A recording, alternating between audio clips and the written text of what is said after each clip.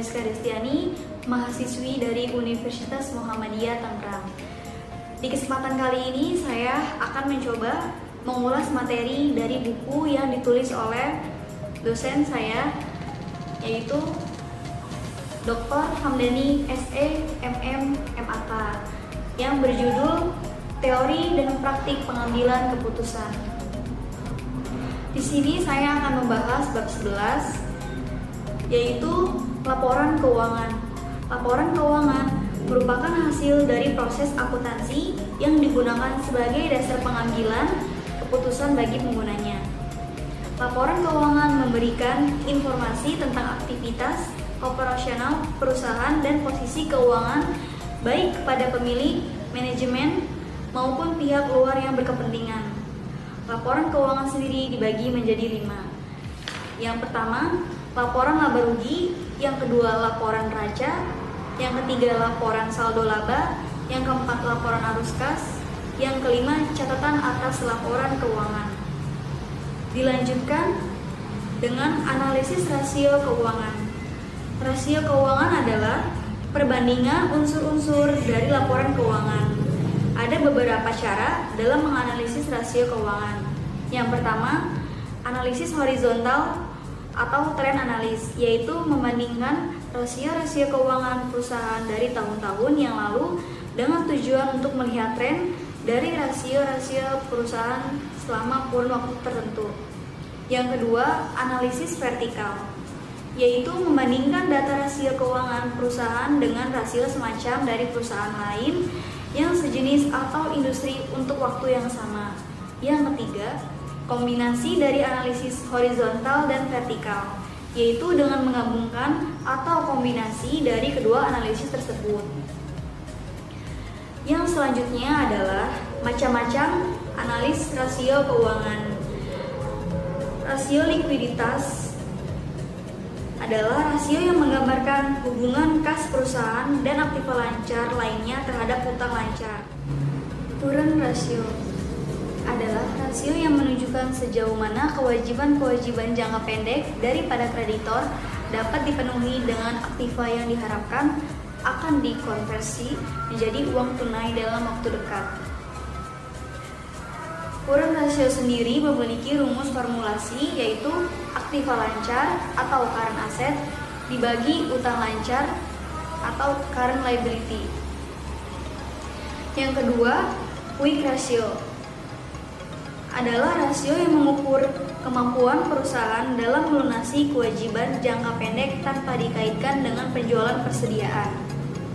Dengan rumus formulasi, yaitu current asset dikurangi inventory dibagi current liability atau kas ditambah bank ditambah efek ditambah piutang dibagi current liability. Yang selanjutnya adalah macam-macam analisis rasio keuangan. Yang pertama adalah rasio likuiditas. Rasio likuiditas atau liquidity ratio adalah rasio yang menggambarkan hubungan kas perusahaan dan aktiva lancar lainnya terhadap hutang lancar. Ada 4 rasio-rasio yang termasuk dalam liquidity ratio. Yang pertama yaitu current ratio, yang menunjukkan sejauh mana kewajiban-kewajiban jangka pendek daripada kreditor dapat dipenuhi dengan aktiva yang diharapkan akan dikonversi menjadi uang tunai dalam waktu dekat. Current ratio sendiri memiliki rumus formulasi, yaitu CR sama dengan aktiva lancar dibagi utang lancar. Yang kedua, quick ratio adalah rasio yang mengukur kemampuan perusahaan dalam melunasi kewajiban jangka pendek tanpa dikaitkan dengan penjualan persediaan.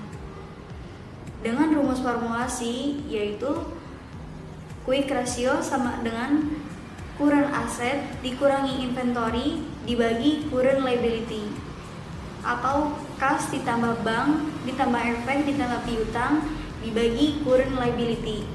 Yang ketiga, inventory to net working capital adalah rasio yang mengukur atau membandingkan antara jumlah persediaan yang ada dan modal kerja perusahaan dengan formulasi rumus inventory to NWC sama dengan inventory dibagi current asset dikurang current liability. Dan yang terakhir ada cash ratio, merupakan rasio yang mengukur seberapa besar uang kas dan setara kas yang tersedia untuk membayar utang. Jadi formulasi dari cash ratio ini adalah cash ratio sama dengan cash or cash equivalent dibagi current liability. Yang kedua ada rasio solvabilitas, yaitu merupakan rasio yang digunakan untuk mengukur sejauh mana aktiva perusahaan dibiayai dengan utang. Rasio solvabilitas ini dibagi 4 macam. Yang pertama, debt to asset ratio atau debt ratio adalah rasio yang digunakan untuk mengukur perbandingan antara total utang dan total aktiva. Dengan rumus formulasi debt to asset ratio sama dengan total debt dibagi total aset. Yang kedua, debt to equity ratio adalah rasio yang digunakan untuk mengetahui perbandingan antara total utang dan modal sendiri. Dengan rumus formulasi debt to equity ratio sama dengan total utang atau debt dibagi equity. Dan yang ketiga, long term debt to equity ratio adalah rasio antara utang jangka panjang dan modal sendiri. Dengan rumus formulasi long term dibagi equity. Dan terakhir, current liabilities to net worth adalah rasio antara hutang lancar dan modal sendiri dengan rumus formulasi current liabilities dibagi equity. Dan yang ketiga yaitu rasio aktivitas. Rasio aktivitas adalah rasio yang digunakan untuk mengukur tingkat efisiensi pemanfaatan sumber daya perusahaan, misalkan penjualan, persediaan, penagihan, piutang, dan lainnya. Melalui pengukuran rasio ini akan terlihat apakah perusahaan lebih efisien atau justru kurang efisien dalam mengelola aset yang dimilikinya. Rasio aktivitas ini dibedakan menjadi 5 rasio. Yang pertama, perputaran piutang atau receivable turnover adalah rasio yang digunakan untuk mengukur seberapa lama penagihan piutang selama satu periode atau beberapa kali dana yang ditanam dalam piutang ini berputar dalam satu periode. Dengan rumus formulasi yaitu receivable turnover penjualan kredit dibagi rata-rata piutang. Yang kedua, perputaran persediaan atau inventory turnover adalah rasio yang digunakan untuk mengukur seberapa kali dana yang ditanam dalam inventory ini berputar dalam satu periode. Dengan rumus formulasi yaitu inventory turnover sama dengan harga pokok penjualan dibagi rata-rata persediaan. Yang ketiga, working capital turnover. Untuk mengetahui rasio ini dapat digunakan rumus formulasi yaitu NWC turnover sama dengan net sales dibagi working capital. Yang terakhir, fixed asset turnover adalah rasio yang digunakan untuk mengukur seberapa efektif perusahaan menggunakan aset pabrik serta peralatannya. Dengan rumus formulasi fixed asset turnover sama dengan sales dibagi total fixed asset. Yang terakhir adalah rasio profitabilitas. Rasio profitabilitas ini sendiri dibedakan menjadi 3 jenis, yaitu net profit margin atau net profit margin on sales adalah rasio untuk mengukur laba atas setiap rupiah penjualan yang dilakukan oleh perusahaan tersebut dengan rumus formulasi yaitu net profit margin sama dengan net profit after tax dibagi net sales. Yang kedua, return of investment atau ROI merupakan rasio yang menunjukkan hasil atau return atas jumlah aktivitas yang digunakan dalam perusahaan atau suatu ukuran tentang efisiensi manajemen. Semakin tinggi rasio ini maka semakin baik, begitupun sebaliknya. Dan memiliki rumus formulasi yaitu ROI sama dengan net profit after tax dibagi total aset.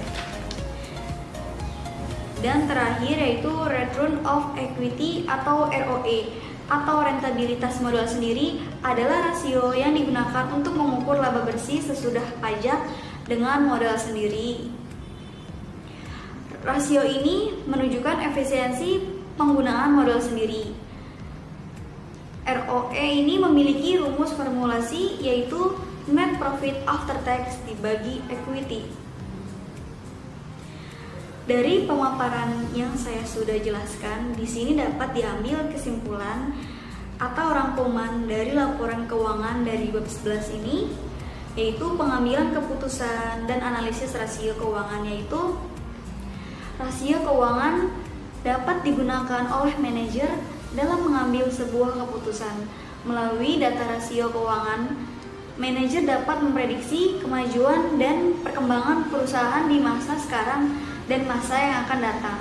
Beberapa cara yang dapat dipakai dalam analisis laporan keuangan diantaranya yaitu analisis horizontal, analisis vertikal, dan kombinasi di antara keduanya. Adapun rasio keuangan yang dipakai dalam menganalisa laporan keuangan seperti rasio likuiditas, rasio solvabilitas, rasio aktivitas, dan rasio profitabilitas. Mungkin sekian yang saya cukup sampaikan. Terima kasih. Wassalamualaikum warahmatullahi wabarakatuh.